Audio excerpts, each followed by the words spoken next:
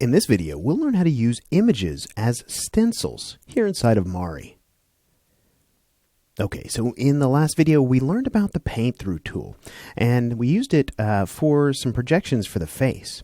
Now at this point, I'm looking kind of at the tattoos for our character that I've got going on here, and I'm not really happy with this dragon tattoo that I've added to her back and the way that I've added it.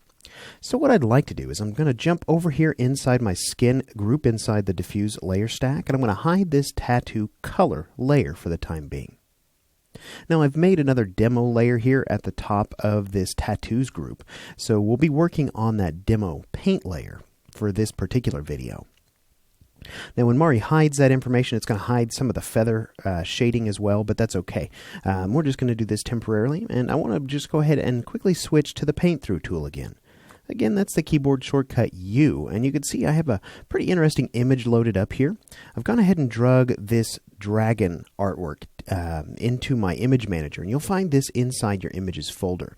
This is a great piece of tattoo artwork that was done for another course in our library. So I'm going to go ahead and use this for her back tattoo, but I'd like to use it in a little different fashion. Maybe I'm not really feeling the color. It's very, very bright and very vivid, and I want to do something a little different with this. So just like in the previous video, we're going to use our paint through tool keyboard shortcuts to size this up and position this. So we'll hold down Control and Shift to scale. We'll hold the Control key to rotate if we need to, and Control Shift to scale, and then Shift to translate. So let's go ahead and just zoom in kind of on the target area of the back here, and then we'll get this fitted in nicely here. All right, great. So the first thing I want to show you is up here, again, in the Paint Through Tools tool property bar. So we looked at stamps and repeats in the previous video, but we did not look at this tint button here. Now, tinting is something a little different. So what you want to do here is choose the tint button, and then I'm going to use the color pop-up by hitting the J key, and I'm just going to tint this artwork by a color. Let's just come in and give it maybe a purple tint here. We'll go ahead and select a really vivid purple color, and you'll see here that it completely changes the look of the artwork. Again, we're tinting that artwork with the color we're selecting here. So again, if I'm going for something that's less bright and less vivid, that's probably not the option we'd want to go with. So let's go ahead and jump up here, and we don't necessarily need to tint the artwork, but what I'd rather show you here is how we can utilize a stencil. Now, this particular artwork, if we double click on this, you can see that it has transparency in it.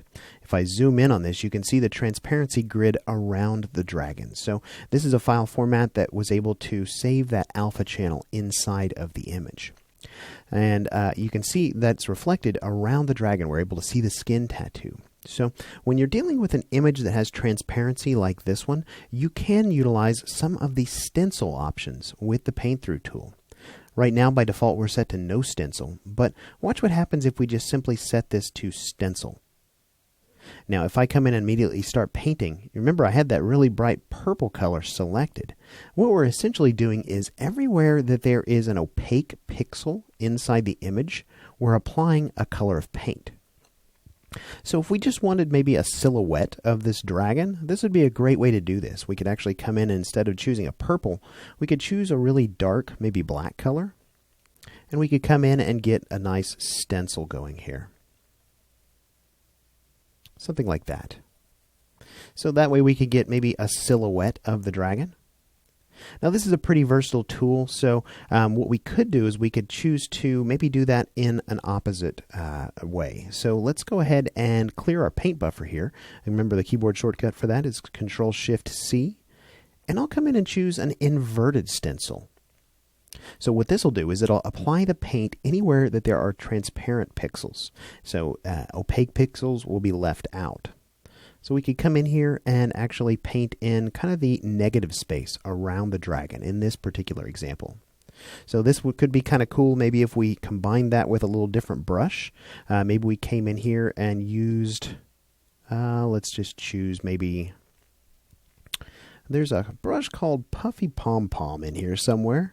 I think the people at the Foundry who named some of these brushes had some fun with that one. But if I could just locate that, there it is, Puffy Pom Pom. And using this brush, we could come in here and maybe just kind of hit that a little bit and give it kind of a cloudy type of an appearance. So maybe there's not necessarily a real rigid edge anywhere. So that could be kind of cool with this particular image if we're wanting to utilize this as a tattoo. And again, this is paint inside the paint buffer. So if we wanted to, we could come in here and if we ever got a little bit close to the edge of the image, we could come in here and use our eraser tool to kind of erase away. It looks like I still have my repeat option turned on. So let me just disable that, grab my eraser, and let's just go ahead and set the eraser to that exact same brush tip. So we can erase away using that same alpha.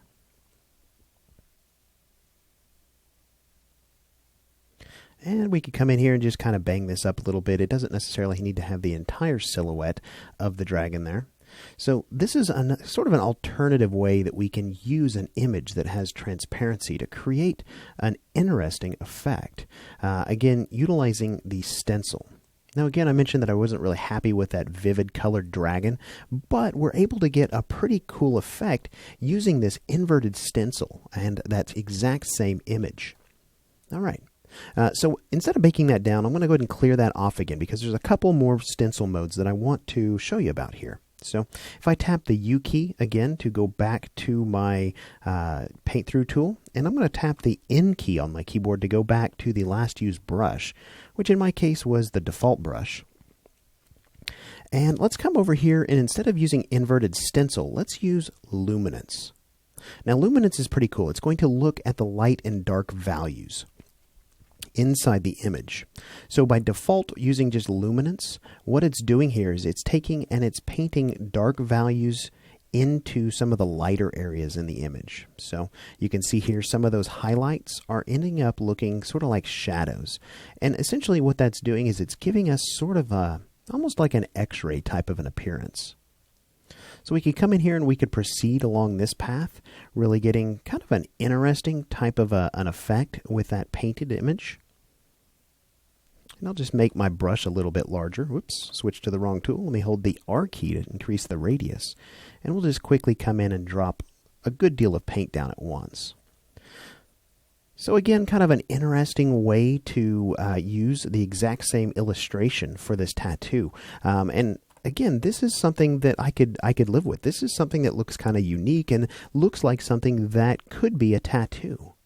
But if we still weren't happy with it, let's go ahead and clear the paint buffer. There's one other mode I wanted to showcase here. So jumping back to the paint through tool, hitting the U key on the keyboard, in the inverted luminance stencil mode, what we're going to do here is we're going to paint dark values into the darker areas of the image. So this is going to be a little more pronounced. This is going to look a little bit more like a grayscale version of the dragon, if you will. Not quite as unique, but again, it is another stencil option available for us. So if we wanted to quickly paint just kind of a grayscale version of the dragon, we could absolutely do it in that fashion as well. So these are sort of an extension of the paint through tool, the stencil options that are available to you. And again, you're going to want to access the stencil options through the tool properties toolbar. So if you don't have that one visible, just remember to come over here and make sure it has a check mark next to it down here inside your toolbars by right clicking on them here. So in this video, we've learned how to use the paint through tool to stencil information into our textures.